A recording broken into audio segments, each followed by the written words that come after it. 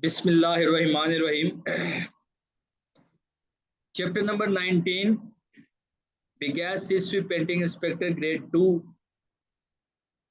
का जो कोर्स है उसका चैप्टर नंबर 19 आज हम पढ़ेंगे। Whereas the title of this chapter that is health and safety। देखें जी, आपने अक्सर एक स्टेटमेंट सुनी होगी कि सेफ्टी फर्स्ट। जब भी कोई काम करने लगे तो सबसे पहले आप अपनी सेफ्टी को मद्देनजर रखें।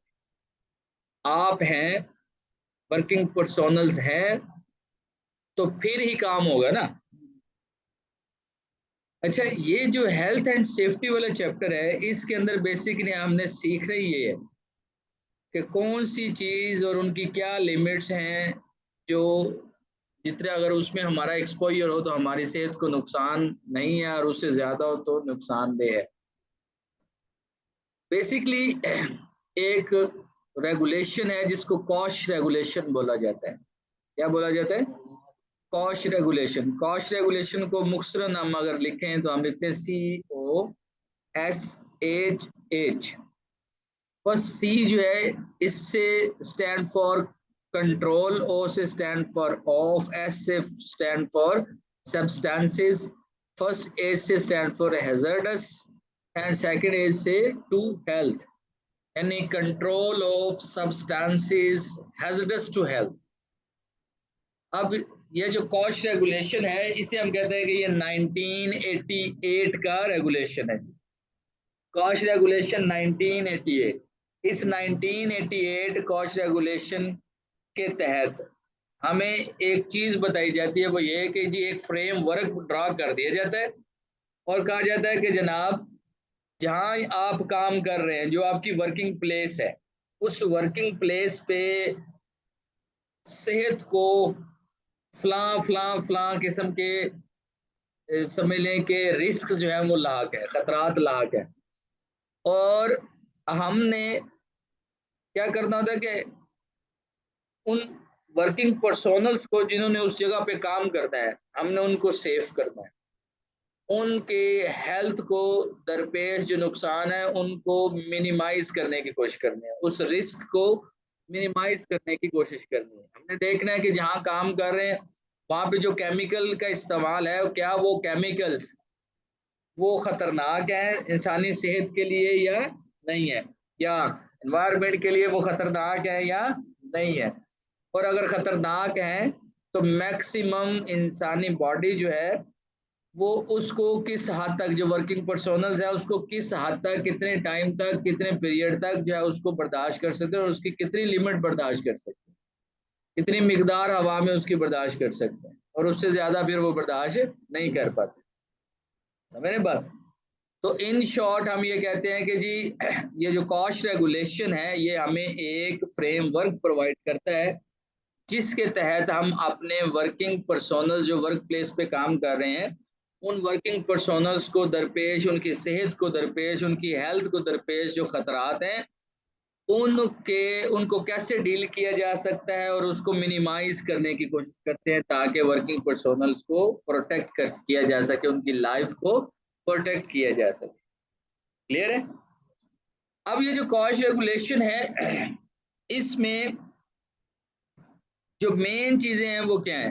नंबर एक, बाज दफा ऐसा होता है कि आपने मुख्तलिफ केमिकल्स हैं, अब उन केमिकल्स की सबसे पहले सप्लाई जब आती है तो उसकी पैकिंग के ऊपर कुछ हैजर्ड वार्निंग्स बनी हुई होती है।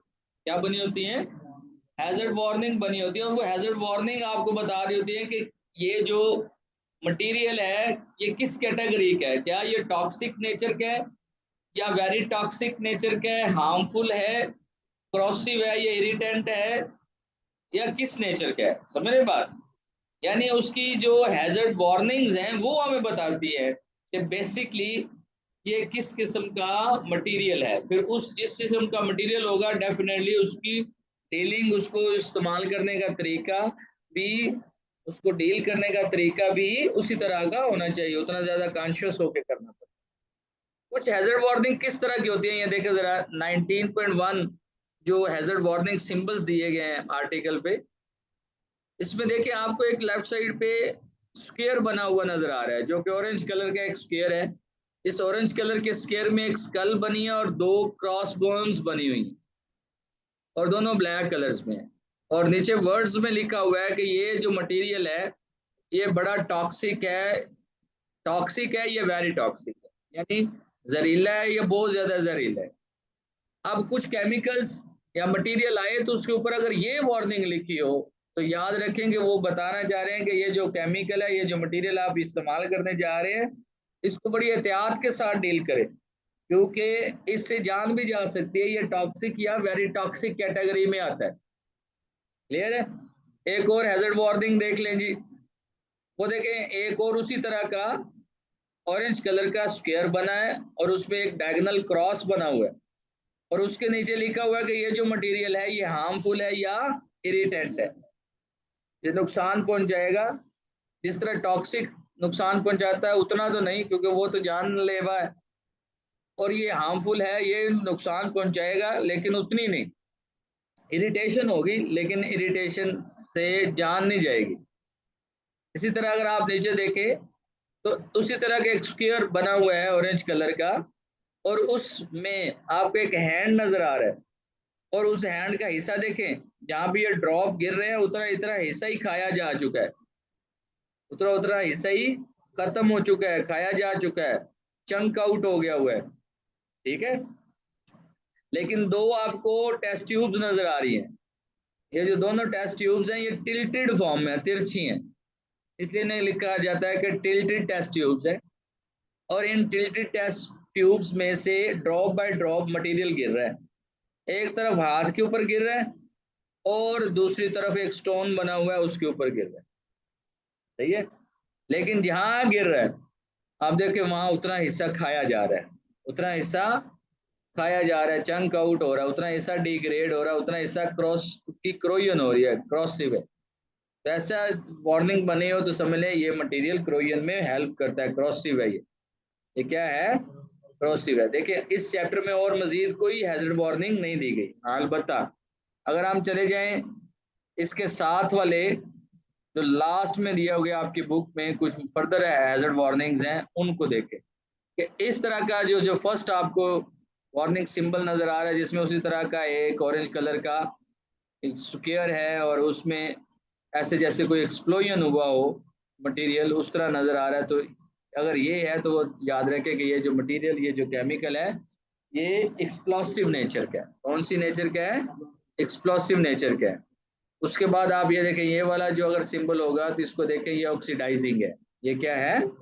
ऑक्सीडाइजिंग। फिर इस तरह वेरी एक्सट्रीमली फ्लेमेबल और हाईली फ्लेमेबल। इसी तरह यहाँ देखें डेंजरस फॉर द एनवायरमेंट। ठीक है जी, ये कहाँ हैजर्ड वार्निंग होती है? कहते हैं can be found on the safety data sheets. Safety data sheets पे भी ये हैजर्ड वार्निंग नजर आती है। और जो पेंट का टिन है, पेंट जिसमें मौजूद है, जिस पैकिंग में मौजूद है, जो टिन है उसके ऊपर भी ये लेबल लगा होता है हैजर्ड वार्निंग्स का, उसके ऊपर भी हैजर्ड वार्निंग्स मौजूद होती है। क्लियर होगी बात? तो पहली बात क्या सीखी? पहली बात हमने सीखी जो कॉश रेगुलेशन 1988 बेसिकली हमें एक ऐसा फ्रेमवर्क प्रोवाइड करता है जिसके तहत, जिस पर अमल करते हुए हम अपनी वर्क प्लेस पर जो हमारे वर्किंग पर्सोनल्स हैं उनकी सेहत को, उनकी जिंदगी को दरपेश जो खतरात हैं उसको मिनिमाइज कर सकते हैं। उसको क्या कर सकते हैं? मिनिमाइज कर सकते हैं और अपने वर्किंग पर्सोनल्स की लाइफ को जो है वो प्रोटेक्ट कर सकते हैं हैजर्ड से, डिफरेंट हैजर्ड से। फिर हमने सीखा कि जनाब जब सप्लाई में, पैकिंग में वो केमिकल्स आते हैं तो उनकी पैकिंग के ऊपर ही बकायदा जो है, उनकी टिन के ऊपर, उनकी पैकिंग के ऊपर ही ये हैजर्ड वार्निंग्स बनी होती हैं। और इन हैजर्ड वार्निंग के बाद हमें पता चल जाता है कि ये मटेरियल किस कैटेगरी में है, क्या ये टॉक्सिक या वेरी टॉक्सिक नेचर में है, हार्मफुल या इरिटेंट नेचर में है, क्रॉसिव नेचर में है, एक्सप्लोसिव नेचर में है, ऑक्सीडाइजिंग नेचर में है, एक्सट्रीमली या हाईली फ्लेमेबल है, या डेंजरस फॉर द एनवायरनमेंट है। क्लियर है? ये चंद एक हैजर्ड वार्निंग्स जो है वो आपको दी गई ताकि आप इसको देख सकें। हैजर्ड वार्निंग को लाजम याद रखिएगा। इस इन हैजर्ड वार्निंग में से कोई एक फिगर देकर पूछ लिया जाता है कि बताएं जी इसका क्या मतलब है। क्लियर है? और ये लाजम पार्ट है। तो एक एमसीक्यू मुफ्त का है, तो इनकी आइडेंटिफिकेशन याद रखें। दूसरी बात देखिए जी, जैसे कि यहाँ लिखा हुआ है, तो कॉस्ट रेगुलेशन से हमें क्या पता चलता है? हमने कहा नंबर एक तो एक लिस्ट है जिसपे हैजर्ड वार्निंग्स का जिक्र है, क्लियर। दूसरी बात उन्होंने कहा कि जनाब कुछ ऐसे मटेरियल होते हैं, जैसे कि अगर यहाँ पे देखा जाए ऑक्यूपेशनल एक्सपोजर लिमिट्स है। ऑक्यूपेशनल एक्सपोजर लिमिट्स कुछ ऐसे मटेरियल हैं जिनकी मिकदार बता दी जाती है कि एक मखसूस पीरियड के लिए अगर इनकी इतनी मिकदार होगी इन्वायरमेंट में तो, या इससे ज्यादा होगी तो उससे वो नुकसानदेह है, क्लियर है। अब यही जो लिमिट्स है इनको ऑक्यूपेशनल एक्सपोजर लिमिट्स कहते हैं। और बेसिकली ये जो ऑक्यूपेशनल एक्सपोजर लिमिट्स हैं इनकी फर्दर टू कैटेगरीज हैं। एक तो वो जो अभी मैंने बात की कि आपको बता दिया जाता है कि जी स्पेसिफिक पीरियड के लिए कम अज कम, मिसाल अगर जाइलिन की मिसाल है तो 100 की बात है कि 100 ppm। याद रखें टॉक्सिसिटी की जो मेजरमेंट की जाती है उसका बेसिक यूनिट टॉक्सिसिटी का वो ppm है। ppm स्टैंड फॉर पार्ट्स पर million, ppm stand for parts पर मिलियन। तो टॉक्सिसिटी का ये बेसिक यूनिट है ppm। टॉक्सिसिटी का बेसिक यूनिट क्या है? ppm, पार्ट्स पर मिलियन, क्लियर है जी। अब ये जो टॉक्सिसिटी का है हमने बताया कि लिमिट बता दी जाती है, तो दो लिस्टें बनी होती है, एक में MEL लिखा होता है यानी मैक्सिमम एक्सपोजर लिमिट। जैसे मैंने मिसाल दी कि जाइलिन है, तो जाइलिन का अगर 100 ppm दिया है तो समझें कि वो कहते हैं 100 तक तो अगर ppm हवा में मौजूद है तो नुकसानदेह नहीं है। जैसे ही 100 का से क्रॉस करेगी इसकी मिकदार हवा में जाइलिन की तो फिर वो नुकसान देगी, वो क्या देगी? नुकसान देगी। तो ये जो चीज बताई जाती है यानी जिनका एग्जैक्ट पता है आपको कि इतनी मिकदार और इतना टाइम के लिए अगर मौजूद है तो सेफ है, और नहीं इससे ज्यादा चला जाएगा, एक्सीड कर जाएगा तो अनसेफ हो जाएगा। उस लिस्ट को हम MEL बोलते हैं, मैक्सिमम एक्सपोजर लिमिट। और अगर हमें बाज दफा ऐसा होता है कि चीज़ें यहाँ पे दिन ब दिन आगे रिफाइन होती जा रही हैं, कुछ अभी भी ऐसे केमिकल्स हैं जिनका इम्पैक्ट क्या है वो पता नहीं है, यानी वो डेंजरस है या नहीं है, सही है, या पीरियड के एतबार से अभी उसकी कंफ्यूजन है, वो रिजल्ट अभी फाइनल नहीं हुआ। तो ऐसे केमिकल्स को एक दूसरी लिस्ट में रखा जाता है जिसे हम ऑक्यूपेशनल एक्सपोजर स्टैंडर्ड बोला जाता है, OES। क्लियर होगी बात? यही चीज़ें यहाँ भी लिखी हैं, देखें कि जी कॉस्ट रेगुलेशन में क्या क्या है। नंबर एक हमने कहा हैजर्ड वार्निंग्स हैं जो पैकिंग और सप्लाई के ऊपर लिखा होता है। दूसरी बात हमने की कि सब्सटेंसेस विद MEL और OES as detailed in schedule 1 of the कॉस्ट रेगुलेशन, यानी कॉस्ट रेगुलेशन का शेड्यूल 1 उठा के देखें तो उसमें MEL या OES का जिक्र है। And if health and safety commission has approved an OEL, अगर यही MEL या OES को health and safety commission approve कर देता है तो यही OEL बन जाता है। यहाँ पे हमने क्या पढ़ा? हमने कहा ऑक्यूपेशन एक्सपोजर लिमिट बेसिकली ये वो है जो हेल्थ एंड सेफ्टी एनवायरनमेंट वाले अप्रूव कर चुके होते हैं, health and safety commission approve कर चुका होता है। यहाँ पे यही लिखा है ना, health and safety commission has approve. तो हेल्थ एंड सेफ्टी जो कमीशन होता है जब वो लिस्ट को अप्रूव कर देता है तो उस अप्रूव लिस्ट को OEL बोला जाता है। और ये OEL फर्दर दो लिस्टों में तब तकसीम होती है जिसमें नंबर एक MEL और दूसरा OES है। MEL में एक लिमिट बताया, मैक्सिमम लिमिट का पता है, उससे ज़्यादा अगर तजावुज़ करेंगे तो नुकसान होगा। लेकिन अगर यहाँ पे लिमिट का पता भी है लेकिन ये अभी नहीं पता कि उससे ज़्यादा अगर बढ़ा दें तो क्या नुकसान होगा या नहीं होगा, सही है, जिसके बारे में अभी श्योर नहीं है, तो वो अभी इसी OES लिस्ट में है। क्लियर? ये चीज़ें हैं, वार्निंग्स होगी आपकी। फिर अब आपकी हमारी है कि जिम्मेदारी किसकी है, जिम्मेदारी किसकी है, ये बहुत इंपॉर्टेंट है। ये भी एक MCQ आता है अक्सर, बताएं जी जिम्मेदारी किसकी है। ठीक है ना, फास्ट रेगुलेशन में तो सीख लिया कि एक फ्रेमवर्क मुहैया किया गया जिसमें ये बताया जाता है कि जनाब आपको ये अशिया या ये केमिकल्स है जो हैजर्डस है, और इससे इंसानी सेहत को इस तरह के नुकसान हो सकते हैं। समझ रहे बात? तो वो तो हमें कॉस्ट रेगुलेशन ने बताया। अब उन हैजर्ड्स को खत्म करना, अपने वर्किंग पर्सोनल की लाइफ को सेव करना, वो भी तो ड्यूटी है ना। वो ड्यूटी किसकी है वो कहते हैं, तो यहाँ सुने, रिस्पॉन्सिबिलिटी किसकी है? It is the employers duty. Employers, employer कौन होता है? जिसने आपको एम्प्लॉयमेंट दी होती है। आप एम्प्लॉई है ना, आप क्या है? एम्प्लॉई, काम करने वाले। और आपको एम्प्लॉयमेंट किसने दी है? एम्प्लॉयर ने। जिसने आपको काम पे रखा हुआ है वो आपका एम्प्लॉयर है। वो कहते हैं ये एम्प्लॉयर की ड्यूटी है कि अगर उसने लोगों को काम दिया हुआ है तो उसने असेस भी करना है कि जिस जगह पे लोग काम कर रहे हैं उसके पास, उसके वर्कर काम कर रहे हैं, उस जगह पे दरपेश किस किस्म के खतरात हैं, और फिर उन खतरात को किस तरह मिटिगेट किया जा सकता है, कम किया जा सकता है। उन खतरात को की सूरत में, हंगामी सूरत में किस तरह उनसे निपटा जाता है या डील किया जाता है। समझे बात? फिर यही ड्यूटी उसकी ये भी है कि जनाब जितने वर्किंग पर्सोनल्स या वर्कर काम करने वाले हैं उनको ट्रेनिंग भी दे। उनको क्या करे? ट्रेनिंग भी दे कि भाई जिस एरिया में आप काम कर रहे हैं यहाँ पे इस तरह के खतरात मौजूद हैं, और आप खुदा न खास्ता आपको किसी खतरे का सामना करना पड़ता है तो उसको डील करने का ये तरीका है। ये ट्रेनिंग जो है ना वो मुहैया करना भी किसकी रिस्पॉन्सिबिलिटी है? एम्प्लॉयर की रिस्पॉन्सिबिलिटी है। क्लियर है? It is employer's duty to prevent wherever possible exposure to hazardous substances. कहते हैं कोशिश करें कि ये एम्प्लॉयर की ड्यूटी है कि वो कोशिश करे, वो बचाए कि एक जगह पे अगर एक्सपोजर या हैजर्डस सब्सटेंसेस की ज्यादा मकदार मौजूद है तो वहां पे वर्कर्स का एक्सपोजर कम से कम करवाए। एक्सपोजर कम करवाने का क्या तरीका है? सेफ्टी क्लॉथ्स पहने, हाँ, और रेस्पिरेटरी मास्क पहने, आई वाइजर्स पहने, ग्लासेस लगाए, हाँ, आई वाइजर्स, वो फिर शूज पहने, ओवरकोट पहने, लेदर वगैरह का या जिस चीज का भी रिकमेंडेड है। क्लियर है?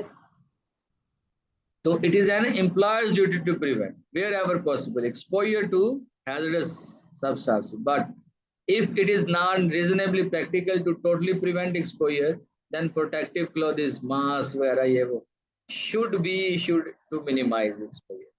ये चीजें पहनने का मकसद ये होता है कि आपकी बॉडी डायरेक्ट एक्सपोज ना हो एनवायरनमेंट में। ठीक है? जो जिस एनवायरनमेंट में टॉक्सिक या वेरी टॉक्सिक या कोई भी किसी भी टाइप का मटेरियल हो वो अफेक्ट ना करे। ठीक है? इफेक्ट तब भी करेगा ना जब आपकी बॉडी को वो चीज टच करेगी, एक्सपोजर होगा। लेकिन अगर आप प्रोटेक्टिव क्लॉथ्स पहन लेंगे तो एक्सपोजर जितना मर्जी हो, नुकसान नहीं होगा। ठीक है? Cost regulation require the regular monitoring should be carried out and record kept. कहते हैं कॉस्ट रेगुलेशन जो है ना वो क्या रिक्वायर करता है? रेगुलर मॉनिटरिंग, और उसका रिकॉर्ड रखता है, खासकर मखसूस सूरत हाल जब कोई पैदा हो जाए उस वक्त। ठीक है? मखसूस सूरत हाल क्या कि ऐसी सूरत हाल जिसमें रिस्क हो सेहत को। ठीक है? And if control measures were to fail or deteriorate, अगर कंट्रोल मेजर्स ही फेल हो जाए तो फिर क्या होता है? सेहत के लिए नुकसान होता है। एक चीज आ गई है गाइडेंस नोट, जिसे EH40 बोलते हैं, ऑक्यूपेशनल एक्सपोजर लिमिट, OEL। हमने कहा था ना जब HSE कमीशन जो है वो अप्रूव कर देता है लिस्ट को, तो वो लिस्ट ऑक्यूपेशनल एक्सपोजर लिमिट बन जाती है, और वो दो तरह के आगे लिस्ट होती है। अब यही जो नोट है जिसे गाइडेंस नोट भी बोलते हैं वो EH40 कहलाएगा। क्या कहलाएगा? EH40। इसमें एक्सपोजर, ऑक्यूपेशनल एक्सपोजर भी दिया होता है और लिमिट्स भी दी होती है। अब ये देखो इसकी डेफिनेशन भी कर रहे हैं गाइडेंस नोट की। Guidance note is a document, यहाँ से ये एक डॉक्यूमेंट है जो पब्लिश करता है HSE, हेल्थ सेफ्टी और एनवायरनमेंट वाले पब्लिश करते हैं, which list all substances known to be hazardous to mankind। ये वो मैनकाइंड के लिए जो सब्सटेंसेस खतरनाक है उनकी वो सारी सब्सटेंसेस की लिस्ट मौजूद है। It give detail in table form of common name. कहते हैं ये जितनी हैजर्डस मटेरियल है ये एक टेबल फॉर्म में इनके नेम दिए गए हैं। कॉमन नेम भी हैं, केमिकल नेम भी हैं, फार्मूला नेम भी हैं। ठीक है, तो लिहाजा जनाब EH40 is a guidance note. EH40 is a guidance note या गाइडेंस नोट EH40। ठीक है,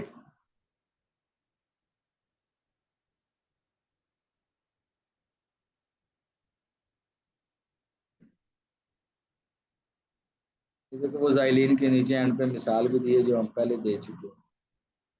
ठीक है,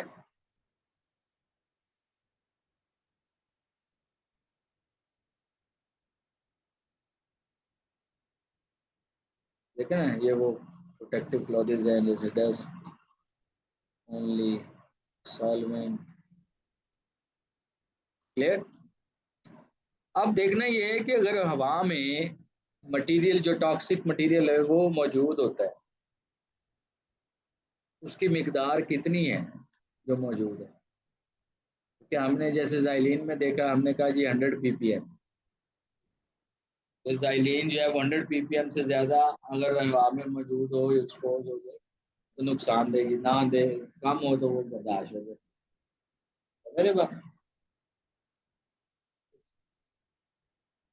तो अब मालूम कैसे करना है कि टॉक्सिसिटी है कितनी, कितने ppm है, मालूम कैसे करना है। उसके लिए एक इक्विपमेंट यूज करते हैं जिसका नाम क्या है, Draeger tube and Draeger bellows. Draeger tube and Draeger bellows.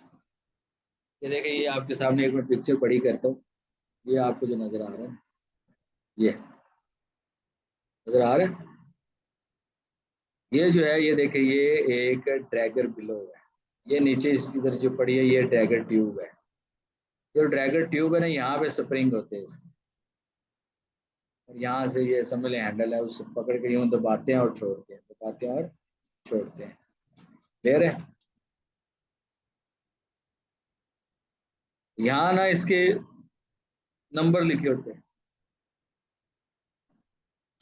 ये एक इंडिकेटर है जिसकी का कलर जो है ना वो वाइट और डार्क होता है। समझ रहे, जो ये बताता है कि अब आप इसमें इसका जो स्टॉक है वो पूरा हो गया।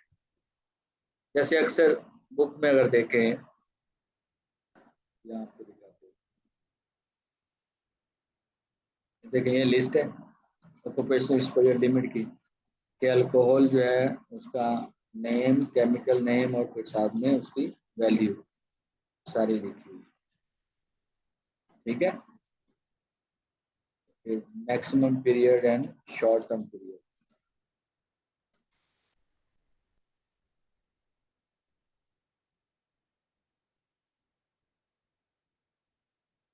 ये देखो ये वो ट्यूब बनाई है, डैगर ट्यूब। डैगर ट्यूब आप देख रहे हैं दोनों तरफ से नोकदार और बंद है। इस्तेमाल से कबल सबसे पहले हमें ये करना था, इसकी नोक को ख़त्म करना। जब नोक ख़त्म हो जाएगी ना, एक तरफ से हवा दाखिल होगी, दूसरी तरफ से निकलेगी। ठीक है, लेकिन यहाँ तक हमने क्या किया होता है कि इसके अंदर केमिकली इम्प्रेगनेटेड कॉटन रखी होती है। अब होता क्या कि जब हवा आप कंप्रेशन करते हैं ना ड्रैगर बिलो से, तो दबा के छोड़ते हैं, तो दबाते हैं तो प्रेशर के तहत हवा आ गई एक तरफ से, मतलब निकलती है। तो इस तरह दबाया छोड़ा, दबाया छोड़ा, तो एक तरफ से दाखिल हवा दाखिल हुई, दूसरी तरफ से निकल गई। लेकिन उस हवा के अंदर जो केमिकल है वो केमिकल रिएक्ट करता है उस कॉटन के साथ जिसके ऊपर केमिकल लगा हुआ है। तो केमिकल कॉटन के ऊपर जो इम्प्रेगनेट है वो, और हवा में जो केमिकल है, जो टॉक्सिक मटेरियल है, वो दोनों आपस में रिएक्शन करते हैं। क्लियर है। रिएक्शन करने के बाद क्या होता है कि कलर फेंट होना शुरू हो जाता है ड्रैगर ट्यूब का। देखा जाता है कि एंड वाला कलर कहाँ पे फेंट हुआ, और ये कितनी दफ़ा आपने इसको दबा के छोड़ना है, कितने स्ट्रोक यानी लगाने हैं। कहते हैं उसका जिक्र ये है कि अगर आप जो ड्रैगन ट्यूब लेंगे उसके ऊपर एन नंबर लिखा होता है, जैसे वो देखे ना n = 5 लिखा हुआ, यानी इसमें 5 दफा आपने उसको दबाना है और छोड़ना है, समझे? 5 दफा, एक दफा दबा के छोड़ना एक होता है, दूसरी दफा दबा के छोड़ना दूसरी दफा होता है, ठीक है। जब आप ये काम करते हैं दबा के छोड़ते हैं तो उस दौरान फिर क्या होता है, हवा जो इर्द गिर्द है वो हवा और उसमें मौजूद कंटामिनेंट्स या टॉक्सिक मटेरियल वो इधर से गुजरते हैं, अंदर से दूसरी तरफ से निकल तो जाते हैं, लेकिन रास्ते में पड़ी जो कॉटन है उसके ऊपर लगा केमिकल वो उससे रिएक्शन कर ले। और होता ये है कि ड्रैगन ट्यूब जो है ना वो उसका कलर फेंट होना शुरू हो जाता है, एक वक्त आता है जब बिल्कुल ही फेंट हो जाता है। और जहाँ देखना ये होता है कि कहाँ तक फेंट हुआ है, जो आखिरी फेंट पॉइंट है वहां तक उसकी टॉक्सिसिटी हो, ठीक है। जैसे थर्मामीटर में टेम्परेचर नोट करते हैं वैसे इसको भी देखिए, ठीक है जी।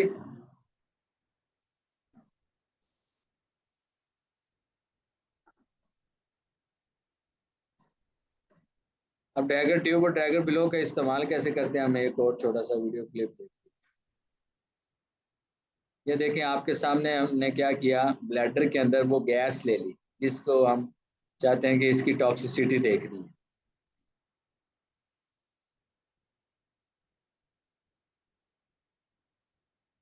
ये इसके हाथ में ड्रैगन बिलो है,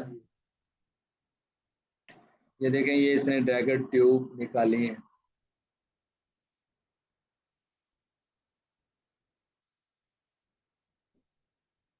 क्या निकाली है, ड्रैगन ट्यूब निकाली। ये जो ड्रैगन ट्यूब है दोनों तरफ से जेट है, नोकीली है, बंद है, हवा दाखिल नहीं हो सकती, इसलिए इस्तेमाल से पहले जो ड्रैगन ट्यूब होता है उस ड्रैगन ट्यूब को स्पेशल कटर की मदद से दोनों कॉर्नर से नोक से तोड़ा जाता है, काटा जाता है, ताकि हवा एक तरफ से दाखिल हो तो दूसरी तरफ से निकल सके। क्लियर?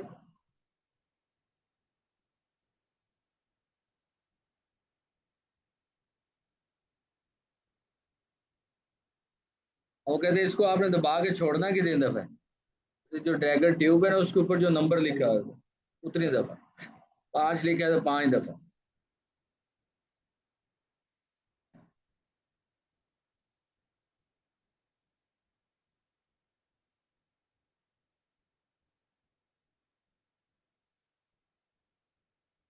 देखिए जब आप ड्रैगन ट्यूब को ड्रैगन बिलो के अंदर डालेंगे तो उस ड्रैगन बिलो जो है ना जहाँ पे वो उसके ऊपर तीर का निशान बना होता है, एरो साइन बना होता है, ये एरो साइन ड्रैगन ट्यूब के ऊपर भी बना होता है और जहाँ वो जैसे एटीएम कार्ड है ना, एटीएम कार्ड के ऊपर भी एरो साइन होता है, जहाँ डालना है वहां पे भी एरो, तो उससे आपको आइडिया हो जाएगा कि कहाँ डालना है, ड्रैगन ट्यूब कहाँ डालनी है, ठीक है।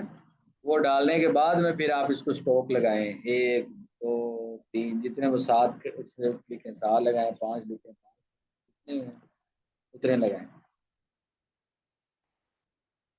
देखो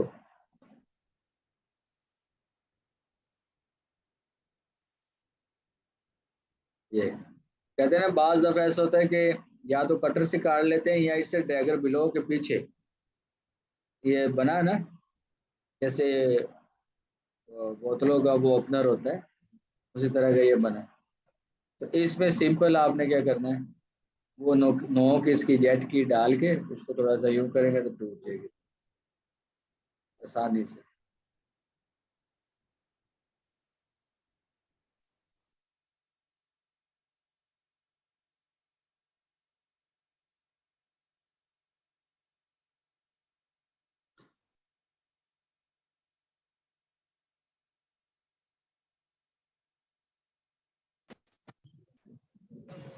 देख रहे ब्लैडर के अंदर ऑलरेडी उसने वो गैस भर ली थी जिसकी टॉक्सिसिटी मेजर करना चाहता है कि कितनी है।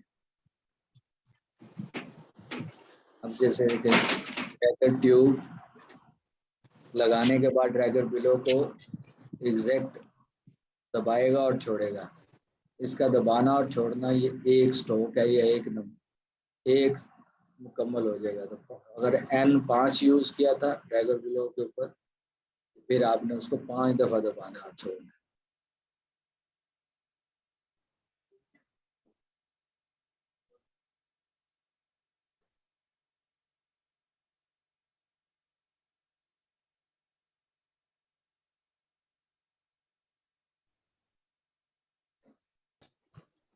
अस्सलाम वालेकुम सर जी। वालेकुम अस्सलाम। कैसे हैं वकास?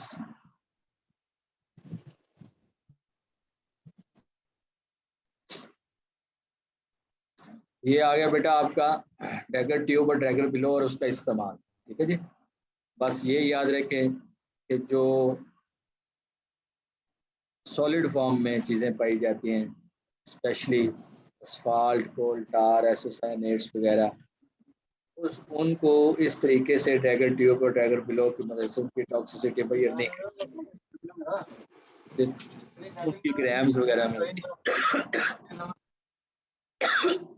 जैसे मिसाल दी गई है कि असफाल्ट है, उसको कंसीडर किया जाता है कि जी ये सेफ है अगर इसकी OEL 5 मिलीग्राम पर क्यूबिक मीटर हो। आइसोसायनेट्स वेरी टॉक्सिक है अगर इनकी MEL जो है वो 0.02 मिलीग्राम पर क्यूबिक मीटर हो। ठीक है जी। ये चैप्टर आपका 19 यहाँ पे जो है ना वो कंप्लीट होता है।